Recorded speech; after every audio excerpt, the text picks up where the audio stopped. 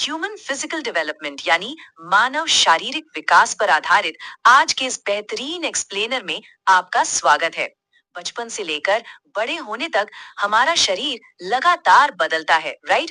पर क्या हमने कभी इसके पीछे की एक्चुअल साइंस, इसकी स्पीड और इसके सटीक स्टेजेस पर गहराई से गौर किया है? चलिए आज इन्हीं बातों से पर्दा उठाते हैं और शरीर के विकास के इस पूरे प्रोसेस को बिल्कुल आसान भाषा में डिकोड करते हैं। तो चलिए फटाफट आज के हमारे सफर के 3 मुख्य हिस्सों को मैप कर लेते हैं। पहला, वृद्धि की विभिन्न अवस्थाएं। दूसरा, ग्रोथ स्पर्ट को समझना। और तीसरा, इस ग्रोथ के कुछ सबसे इंपॉर्टेंट सिद्धांत। शुरुआत करते हैं हमारे पहले हिस्से से, वृद्धि की विभिन्न अवस्थाएं यानी स्टेजेस ऑफ ग्रोथ। उम्र 0 से लेके बड़े होने तक का ये जो सफर है ना, ये सच में किसी रोलर कोस्टर से कम नहीं है। इसकी कुल 5 मुख्य अवस्थाएं होती हैं। पहली है शैशवावस्था यानी इन्फेंसी, जो पैदा होने से लेकर 2 साल तक चलती है। फिर आती है अर्ली चाइल्डहुड, उसके बाद मिडिल चाइल्डहुड। चौथी अवस्था को हमारे सोर्स के अनुसार लेटर चाइल्डहुड या प्रौढ़ावस्था कहा गया है। और आखिर में आती है 5वीं स्टेज, किशोरावस्था यानी एडोलेसेंस। तो ये रही हमारी पूरी टाइमलाइन। अब सबसे मजेदार बात पता है क्या है? इन सारी स्टेजेस में ग्रोथ की स्पीड एक जैसी बिल्कुल नहीं होती। जब बच्चा इन्फेंसी स्टेज में होता है तो ग्रोथ एकदम रॉकेट की तरह होती है, वेरी रैपिड। इसके बाद अर्ली चाइल्डहुड में स्पीड थोड़ी सी कम होकर सिर्फ रैपिड रह जाती है। मिडिल चाइल्डहुड तक आते आते ना ये स्पीड बिल्कुल नॉर्मल या कहें कि थोड़ी धीमी हो जाती है। लेटर चाइल्डहुड में तो स्पीड अपनी सबसे धीमी यानी स्लोएस्ट पॉइंट पर होती है। लेकिन जैसे ही किशोरावस्था आती है, ग्रोथ अचानक से एक तगड़ा उछाल मारती है और वापस से वेरी रैपिड हो जाती है ना कमाल का उतार चढ़ाव? चलिए अपनी स्पीड थोड़ी धीमी करते हैं और इस खास अवस्था पर फोकस करते हैं। लेटर चाइल्डहुड को प्लेटो स्टेज या पठारीय अवस्था भी कहा जाता है, जहां ग्रोथ अपनी बिल्कुल सबसे धीमी गति पर होती है। ऐसा लगता है जैसे शरीर के विकास ने कुछ समय के लिए ब्रेक लगा दिया हो, एकदम शांत, एक सपाट पठार की तरह, जहां शारीरिक बदलाव बहुत ही कम और बहुत धीरे धीरे होते हैं। इस शांति और ठहराव के बाद आगे क्या होता है, यही हमारा अगला टॉपिक है। भाग 2, ग्रोथ स्पर्ट को समझना। तो उस शांत प्लेटो स्टेज के बाद बॉडी अचानक टॉप गियर में आ जाती है। ग्रोथ स्पर्ट का सिंपल सा मतलब है बहुत ही छोटे से टाइम पीरियड में शरीर के अंदर अचानक से होने वाले बड़े बदलाव। आपने नोटिस किया होगा ना कि किशोरावस्था में बच्चे अचानक से हाइट और साइज में कितने बड़े हो जाते हैं। बस यही वो टाइम है।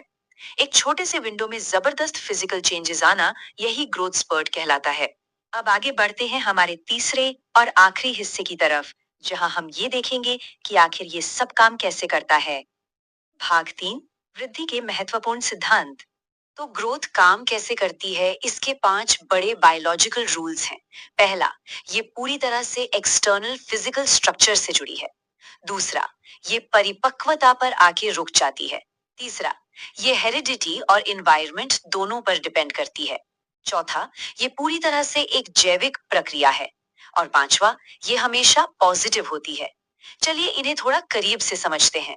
पहले रूल की बात करें तो ग्रोथ का कनेक्शन सीधा हमारे बाहरी शरीर से है। यानी ये कोई इनविजिबल या अमूर्त चीज नहीं है जिसे महसूस ना किया जा सके। ये पूरी तरह से विजिबल है। बच्चों की हाइट बढ़ना, वजन बढ़ना, बॉडी का शेप चेंज होना, ये सब बहुत आसानी से बाहरी तौर पर देखा और मापा जा सकता है। बिल्कुल वैसे ही जैसे हर साल बच्चों के कपड़े उन्हें छोटे आने लगते हैं।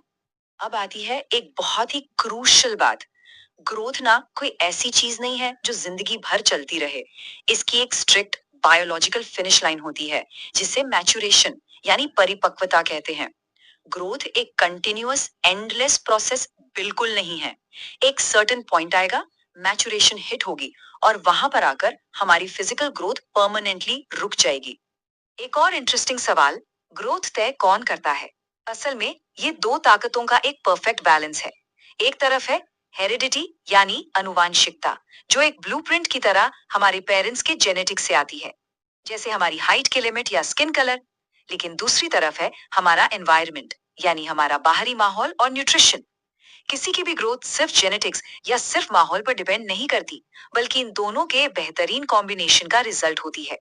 और हाँ, इस पूरी डिस्कशन में हमें ये नहीं भूलना चाहिए कि ग्रोथ विशुद्ध रूप से एक बायोलॉजिकल प्रोसेस है, यानी एक जैविक प्रक्रिया। ये कोई बाहरी कृत्रिम चीज नहीं है जिसे जब चाहे चालू या बंद किया जा सके।